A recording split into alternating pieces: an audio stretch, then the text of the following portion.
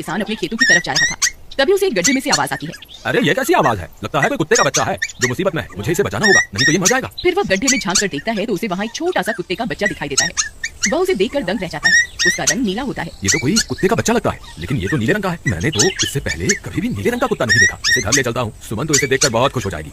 फिर वह किसान उस बच्चे को निकालता है और अपने साथ लेकर घर की ओर चल देता है। अरे सुमन, जल्दी बाहर आओ, देखो मैं तुम्हारे लिए क्या लाया हूँ। तभी उसकी पत्नी बाहर आती है और कुत्ते के बच्चे को किसान के हाथ में देखकर चौंक जाती है। हाय कितना प्यारा है, ये तो नीले रंग का है। अजी आपको कहाँ से मिला? क्या मैं इसे अपने साथ रख सकती हूँ? मुझे बचपन से एक कुत्ते के बच्चे को पालने का बहुत शौक था। हाँ क्यों नहीं, मैं इसे तुम्हारे लिए ही तो लाया हूँ। लेकिन ये आपको मिला कहाँ से? मैं खेत की तरफ जा रहा था, तभी अचानक गड्ढे से इसके रोने की आवाज आई। मैंने झांक कर देखा तो मुझे ये उसमें पड़ा हुआ मिला। ये जरूर भूखा होगा, तुम इसे कुछ खाने को दे दो। इतना बोलकर किसान वहाँ से चला जाता है। फिर सुमन उसकी खूब देखभाल करती है। वह दिन भर उसके साथ खेलता कूदता है। सुमन भी उसे पाकर बहुत खुश थी। वह कुत्ता पूरे गांव में आकर्षण का केंद्र था। वह जब भी गांव में घूमने निकलता, सारे गांव वालों की नजर उसी पर टिक जाती थी, क्योंकि किसी ने भी नीले रंग का कुत्ता पहले अपनी जिंदगी में कभी भी नहीं देखा था। अरे हरिया, देख तो ये उसी किसान का पिल्ला है। तूने कभी नीले रंग का कुत्ता देखा है क्या? नहीं भाई, मैंने तो पहली बार ऐसा कुत्ता देखा है। लेकिन ये इस किसान को मिला कहाँ से? इतना अनोखा कुत्ता खरीदने की हैसियत तो इस किसान की है नहीं। अरे भाई, इसे तो ये किसी गड्ढे में पड़ा हुआ मिला था। मुझे तो लगता है जरूर ही ये कोई जादुई कुत्ता है। तुम्हें क्या लगता है बाजार में इसकी क्या कीमत होगी? भाई ये तो नायाब चीज है, ये तो अनमोल होगा। इसके हमें मुँह मांगे पैसे मिलेंगे। भाई हर नायाब चीज पर तो सिर्फ हमारा ही अधिकार है। देर किस बात की, आज रात को ही इसे किसान के घर से चुरा लेंगे। रात होने पर किसान और उसकी पत्नी घर में सो रहे होते हैं। तभी लल्लन और हरिया किसान के घर में घुस जाते हैं और नीलू को बहलाने फुसलाने लगते हैं। ले ले बेटा, बिस्कुट खा ले। ले ले ले ले ले ले, आजा आजा। वह झट से उसे बोरे में कैद कर लेते हैं और वहाँ से 9 2 11 हो जाते हैं और भागकर अपने घर आ जाते हैं। हरिया भाई, एक काम तो पूरा हो गया, बस अब इसे शहर जाकर किसी को बेचना बाकी है। शुभ काम में देरी किस बात की? हम कल सुबह होते ही इसे शहर जाकर किसी को बेच आएंगे। अगले दिन सुबह होने पर ये दोनों नीलू को बोरे में डालते हैं और उसे बेचने के लिए निकल पड़ते हैं। रास्ते में उन्हें एक सेठ मिलता है। उसे उस बोरे में से अजीब अजीब सी आवाजें आती हैं। अरे भाई रुको रुको, इस बोरे में क्या भरकर ले जा रहे हो? भाई ये एक जादुई कुत्ता है। ऐसा कुत्ता पूरी दुनिया में केवल एक ही है। ऐसा कैसे हो सकता है भाई? जरा मुझे भी तो दिखाओ। वह सेठ नीलू को देखकर चौंक जाता है। तुम्हें इसके लिए 100 सोने की मुद्राएं देनी होंगी। ठीक है, मुझे मंजूर है। लो ये लो तुम्हारी 100 मुद्राएं। आज से ये कुत्ता मेरा हुआ। वहीं दूसरी तरफ नीलू को घर में ना पाकर सुमन और किसान परेशान हो जाते हैं। सुमन का रो रो कर बुरा हाल हो जाता है। नीलू तुम कहाँ चले गए? तुम्हारे बिना मैं कैसे जीऊंगी? वापस आ जाओ ना नीलू। अजी मेरे नीलू को कहीं से भी ढूंढ कर लाइए।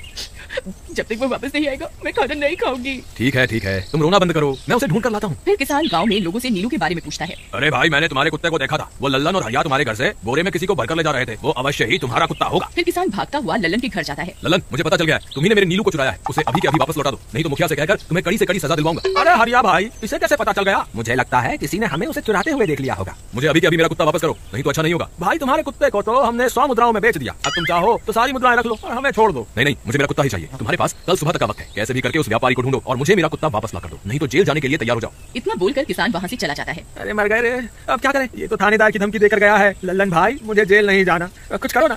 हाय रे, अब क्या होगा? चलो उस सेठ को ढूंढते हैं, उसे उसके सारे पैसे लौटाकर उस कुत्ते को वापस ले लेंगे। वे दोनों सेठ की तलाश में निकल पड़ते हैं, लेकिन बहुत देर तक ढूंढने पर भी उन्हें वह सेठ नहीं मिलता। लल्लन भाई, यहाँ तो सेठ का कोई नामो निशान ही नहीं है। न जाने अब तक कहाँ निकल गया होगा। अब क्या करें? हमारे पास कल सुबह तक का ही वक्त है। अरे हरिया, वो देख, ये तो बिल्कुल किसान के कुत्ते जैसा ही लग रहा है। तुम्हारी आंखों में मोतियाबिंद हो गया है क्या बेवकूफ? किसान का कुत्ता नीले रंग का था और ये तो भूरे रंग का है। क्या तुम्हें नीले और भूरे रंग में फर्क दिखाई नहीं देता? अरे तो क्या हुआ, अगर हम इसे नीले रंग से रंग दें तो उसके बाद ये हूबहू नीलू जैसा ही दिखेगा। बात तो तुम सही कहते हो भाई। चलो फिर देर किस बात की, अभी इसे पकड़ते हैं। फिर वे दोनों उस कुत्ते को पकड़कर अपने घर ले जाते हैं और नीले रंग का पानी घोलकर उसे उसमें डुबो कर उसका रंग भी नीला कर देते हैं। अरे भाई हरिया, ये तो बिल्कुल नीलू जैसा ही दिख रहा है। फिर अगले दिन वे उस कुत्ते को अपने साथ लेकर किसान के घर जाते हैं। अरे भाई मोहन, देखो हम तुम्हारे लिए क्या लाए हैं। जल्दी आओ, तुम्हारा नीलू वापस आ गया है, जल्दी आओ। किसान और सुमन की खुशी का ठिकाना नहीं रहा। लल्लन और हरिया, तुमने गुनाह तो बहुत बड़ा किया था, लेकिन वक्त रहते तुमने अपनी गलती को सुधार लिया, इसलिए मुझे तुमसे अब कोई शिकायत नहीं है। तुम दोनों जा सकते हो। फिर वे दोनों वहाँ से निकल जाते हैं। नीलू तुम वापस आ गए, मुझे तुम्हारी कितनी फिक्र हो रही थी। कहाँ चले गए थे तुम? हाँ, आज के बाद मैं तुम्हें कभी अकेला नहीं छोड़ूंगी। मेरा नीलू इतने दिनों बाद घर आया है, इतना गंदा भी हो गया है। चलो अब हम नहाई करेंगे। फिर सुमन उसे नहलाने लगती है। अरे मेरा नीलू नहाई करेगा, इतना गंदा हो गया है। पानी उसके ऊपर पड़ते ही वह कुत्ता छटपटाने लगता है। अरे क्या हुआ नीलू, मुझे तो नहाना बहुत पसंद था, आज क्या हो गया तुझे? तभी उसका सारा नीला रंग उतरने लगता है। अरे ये क्या, इसका रंग क्यों उतर रहा है? तभी वह कुत्ता गुस्से में आकर सुमन को काट लेता है। अरे मर गई रे, हाय रे, अरे सुनो जी, इसने तो मुझे काट खाया। हाय रे अजी, सुनते हो? जल्दी आओ, मुझे लगता है ये हमारा नीलू नहीं है। देखो इसका तो सारा रंग ही उतर गया। ये तुमने ठीक नहीं किया लल्लन, अब मुझसे बुरा कोई नहीं होगा। फिर किसान गुस्से में लल्लन और हरिया के घर जाता है। ए लल्लन, दरवाजा खोल। ए लल्लन, जल्दी दरवाजा खोल, नहीं तो इसे तोड़ दूंगा। आज तुझे मुझसे कोई नहीं बचा सकता। अरे मर गए रे, ये तो उसी किसान की आवाज है। लगता है इसे हमारी तरकीब के बारे में पता चल गया। अरे क्या हुआ भाई, इतने गुस्से में क्यों हो? तुम्हें क्या लगता है मैं बेवकूफ हूँ? तुम किसी भी आवारा कुत्ते को नीला रंग चढ़ाकर हमें दे दोगे और हम मान लेंगे कि वो नीलू है? भाई हमें माफ कर दो, हमने उस सेठ को ढूंढने की बहुत कोशिश की लेकिन उसका कोई नामो निशान नहीं मिला। भाई तुम ये 100 मुद्राएं रख लो, अब इससे ज्यादा हम तुम्हारे लिए और कुछ नहीं कर सकते। अगर तुम चाहो तो हमें जेल भिजवा दो, हम दोनों अपनी गलती की सजा काटने को तैयार हैं। किसान उदास हो जाता है और उनसे 100 मुद्राएं लेकर वापस अपने घर आ जाता है। मुझे माफ कर दो सुमन, मैं तुम्हारे नीलू को नहीं ढूंढ पाया। ये लो, ये 100 मुद्राएं हैं। नीलू को बेचने पर उन्हें इतने पैसे मिले थे जो उन्होंने मुझे दे दिए हैं। उन्हें अपनी गलती का बहुत पछतावा है लेकिन अब कुछ नहीं हो सकता। नहीं, मेरा नीलू जरूर वापस आएगा। हम एक काम करते हैं, कल सुबह इन 100 मुद्राओं का भोजन खरीदकर गरीबों में बांट देंगे। क्या पता उनकी दी हुई दुआओं से हमारा नीलू वापस आ जाए। अगले दिन सुबह होने पर वे दोनों उन पैसों से गरीबों में भोजन बांट देते हैं और वापस अपने घर की ओर चल देते हैं। तभी उन्हें कुछ आवाजें सुनाई देती हैं।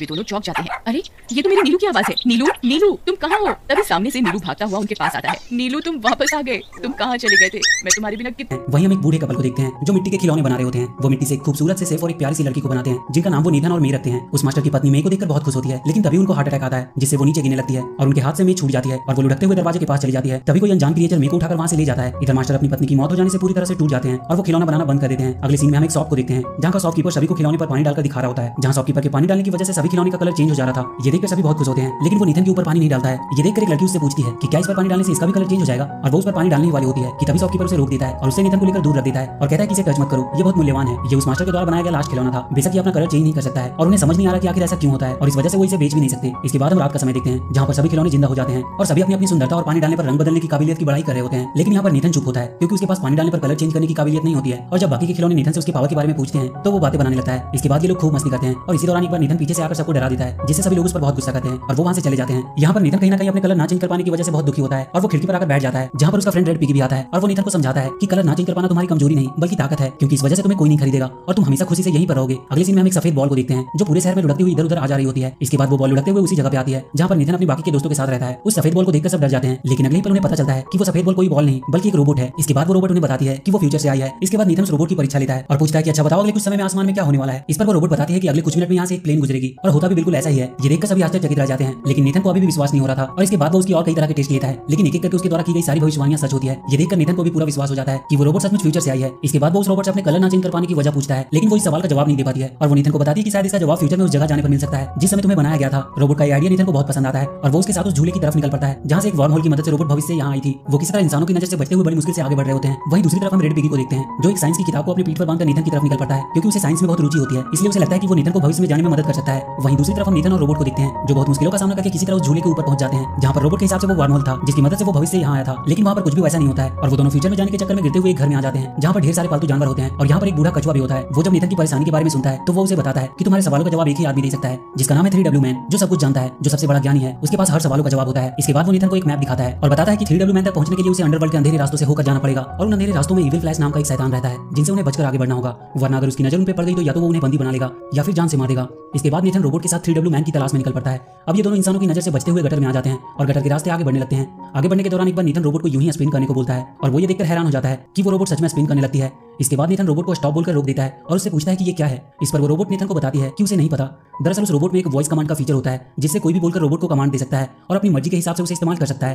तभी हम वहाँ एक चूहे को देखते हैं जो एक छोटे से गिफ्ट को लेकर जा रहा होता है। अब जब नीथन रोबोट के साथ कुछ आगे बढ़ता है कि तभी उसे नीचे वो गिफ्ट पड़ा दिखाई देता है जो वो चूहा लेकर जा रहा था। नीथन उस गिफ्ट को उठा लेता है और वो उसे एक गिफ्ट के तौर पे उस रोबोट को दे देता है और वो रोबोट उसे लेकर बहुत खुश होती है और उसका सिस्टम नीथन को एक फ्रेंड के तौर पे एक्सेप्ट कर लेता है। अब जब वो लोग आगे बढ़ रहे होते हैं कि तभी उन्हें महसूस होता है कि कोई भारी चीज उनकी तरफ तेजी से बढ़ रही है और अगले ही पल ये देखते हैं कि पानी की एक बहुत बड़ी लहर इनकी तरफ तेजी से बढ़ रही है। ये देखकर नीथन एक लटकती हुई सीढ़ी पर चढ़ जाता है और वो रोबोट भी अपनी जान बचाकर भाग रही होती है कि तभी उसके हाथ से नीथन द्वारा दिया गया गिफ्ट छूटकर नीचे गिर जाता है और रोबोट अपनी जान की परवाह किए बिना उस गिफ्ट को उठाने जाती है। इसके बाद ये लोग किसी तरह बहुत मुश्किल से अपनी जान बचा पाते हैं। इसके बाद नीथन उस रोबोट से पूछता है कि तुमने अपनी जान की बाजी लगाकर उस बेकार से गिफ्ट को क्यों उठाया। इस पर रोबोट बताती है क्योंकि वो उसका दोस्त है। यहाँ पर हमें पता चलता है कि रोबोट नीथन को अपना कितना बड़ा फ्रेंड मानती है। इसके बाद हम उसी रेड पिगी को देखते हैं जो अभी अपनी पीठ पर बुक लेकर आगे बढ़ने की कोशिश कर रहा होता है और जब वो एक गटर के पास पहुंचता है तो वो उसकी गहराई और अंधेरे को देखकर उसे वर्म होल समझने लगता है। इसके बाद हम रोबोट और नीथन को देखते हैं जिन्हें गटर में दो चूहे मिलते हैं जो इन दोनों को डराने की कोशिश करते हैं। इनमें से एक पतले चूहे का नाम सिकी और मोटे चूहे का नाम गिगी होता है और जब उन्हें पता चलता है कि ये दोनों 3W मैन को ढूंढ रहे हैं तो वो उनसे कहते हैं कि उन्हें पता है कि 3W मैन कहाँ रहता है और वो इन दोनों को अपने साथ ले जाते हैं। इसके बाद वो दोनों इन्हें बेवकूफ बनाकर अपने बॉस के पास ले जाते हैं जहाँ पर बहुत से चूहे होते हैं जो एक बेहतर लाइफ जी रहे होते हैं। ये सब देखकर नीथन पूरी तरह से हैरान हो जाता है।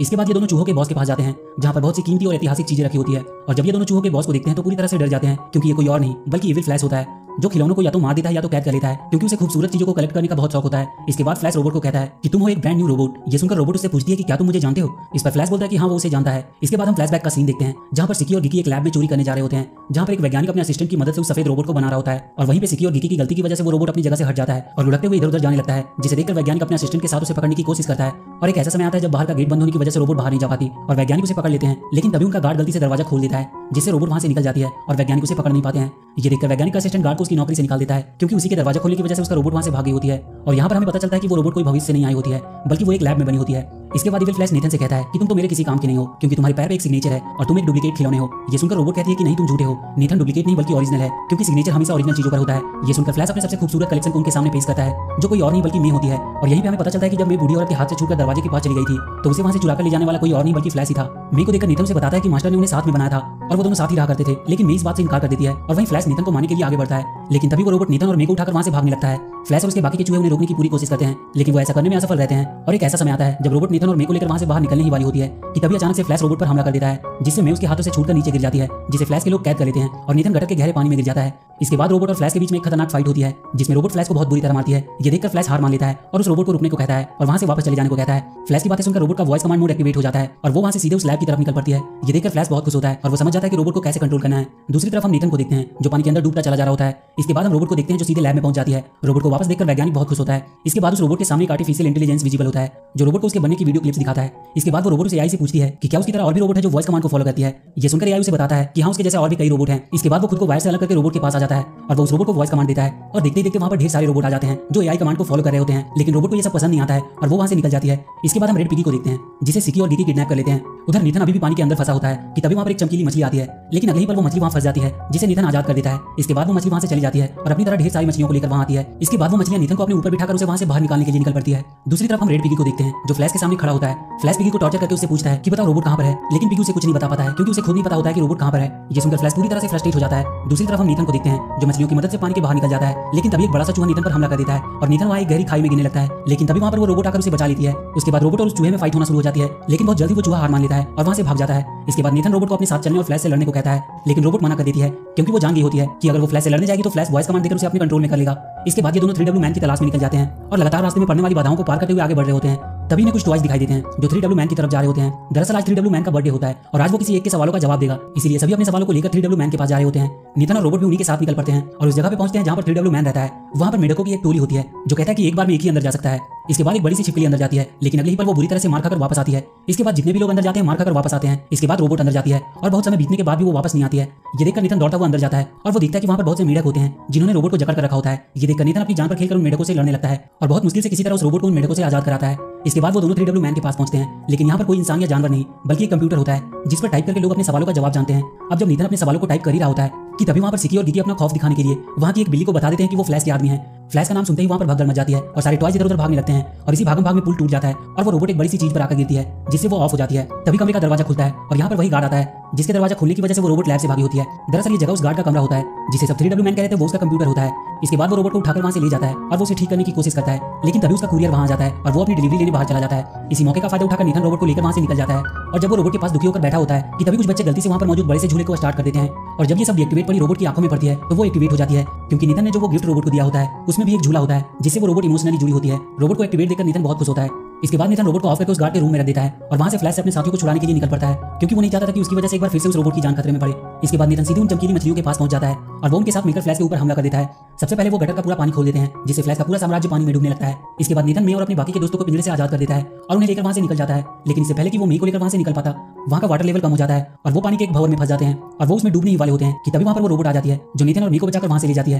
फ्लैश के चंगुल से आजाद होकर नेथन के दोस्त बहुत खुश होते हैं। इसके बाद नेथन मे और रोबोट के साथ मास्टर के घर पे आ जाता है और जब वो मास्टर के खिलौने बनाने की भट्टी में से होते हुए अंदर जा ही रहे होते हैं कि तभी वहां पर फ्लैश आ जाता है। फ्लैश को देखकर रोबोट उसे मारने के लिए आगे बढ़ती है, लेकिन फ्लैश रोबोट को वॉइस कमांड देकर अपने कंट्रोल में कर लेता है और वो उस रोबोट से ही नेथन और मे पर हमला करवाने लगता है। और एक ऐसा समय भी आता है जब रोबोट नेथन और मे को मारने वाली होती है कि तभी उसके अंदर रखा वो गिफ्ट जो नेथन ने रोबोट को दिया था वो रोबोट के अंदर से निकलकर बाहर आ जाता है और जब रोबोट की नजर उस गिफ्ट पर पड़ती है तो उसके अंदर बदलाव होना शुरू हो जाता है और देखते ही देखते वो वॉइस कमांड से खुद को आजाद कर लेती है। इसके बाद वो वॉइस कमांड की प्रोसेस करने वाली चिप को तोड़ देती है और उसके बाद वो फ्लैश को बुरी तरह से मारती है। रोबोट को फ्लैश के कंट्रोल से बाहर देखकर नेथन बहुत खुश होता है कि तभी फ्लैश भट्टी में कोयले की चैन को खींच देता है, जिससे देखते ही देखते भट्टी में ढेर सारा कोयला आने लगता है, जिसे देखकर रोबोट नेथन और मे को लेकर वहां से भागने लगती है। लेकिन तभी फ्लैश भट्टी की आग वाली बटन को एक्टिवेट कर देता है, जिससे वो पूरी भट्टी जलते हुए कोयले से भरने लगता है। लेकिन किसी तरह बहुत मुश्किल से रोबोट मे को लेकर भट्टी से बाहर निकल जाती है और नेथन भी रोबोट का हाथ पकड़कर बाहर निकलने ही वाला होता है कि तभी फ्लैश नेथन का पैर पकड़कर नीचे खींचने लगता है और नेथन को रोबोट और मे की जान को बचाने के लिए रोबोट का हाथ छोड़ना पड़ता है, जिससे नेथन और फ्लैश धधकते हुए लावे में गिर जाते हैं और वहां पर एक जोरदार ब्लास्ट होता है जिससे रोबोट और मे दूर जाकर गिरती है। और अगले सीन में हम देखते हैं कि मास्टर सोकर उठता है। जब वो नीचे देखता है तो वहां पर मे होती है, जिसे देखकर वो मास्टर बहुत खुश होता है। इसके बाद वो देखते हैं कि उनकी भट्टी का दरवाजा टूटा हुआ है और जब वो अंदर हाथ डालकर देखता है तो वहां पर नेथन होता है जो बिल्कुल काला पड़ गया होता है।